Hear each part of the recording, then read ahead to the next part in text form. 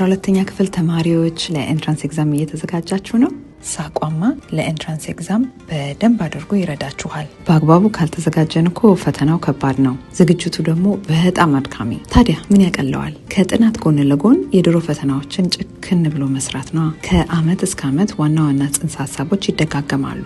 ስለዚህ ያለፉትን የኤንትራንስ ኤግዛም ጥያቄዎችን መስራት ምን ላይ ትኩረት ማድረግ እንዳለብን ያሳየናል። ይህ ብቻ አይደለም፣ የድሮ ፈተናዎችን መስራት ለብዙ ነገር ይጠቅማል። የትኞቹ ዩኒቶች በደንብ እንዳልገቡን ለማወቅ፣ ጊዜያችንን እንዴት መጠቀም እንዳለብን ለመረዳት፣ እናም ደግሞ በራሳችን እንድንተማመን ያደርገናል። ብዙ መጽሐፎችን እያገላበጥን ጊዜያችንንና አቅማችንን ከማባከን ከሳቋማ ጋር የማትስ፣ የፊዚክስ፣ የኬሚስትሪ እና የኤስኤቲ የኤንትራንስ ፈተናዎችን በመስራት ለፈተናው እንዘጋጅ። ካለፉት 4 ኤንትራንስ ኤግዛሞች የተውጣጡ ጥያቄዎችን ከነ ማብራሪያቸውና ከቀላል የዩኒት ክለሳ ጋራ ይዘንላችሁ ቀርበናል። ቪዲዮዎቹን በቅርቡ ዩቲዩብ ላይ በነፃ እንለቃቸዋለን። አይዞን፣ አሁንም ጊዜ አለ።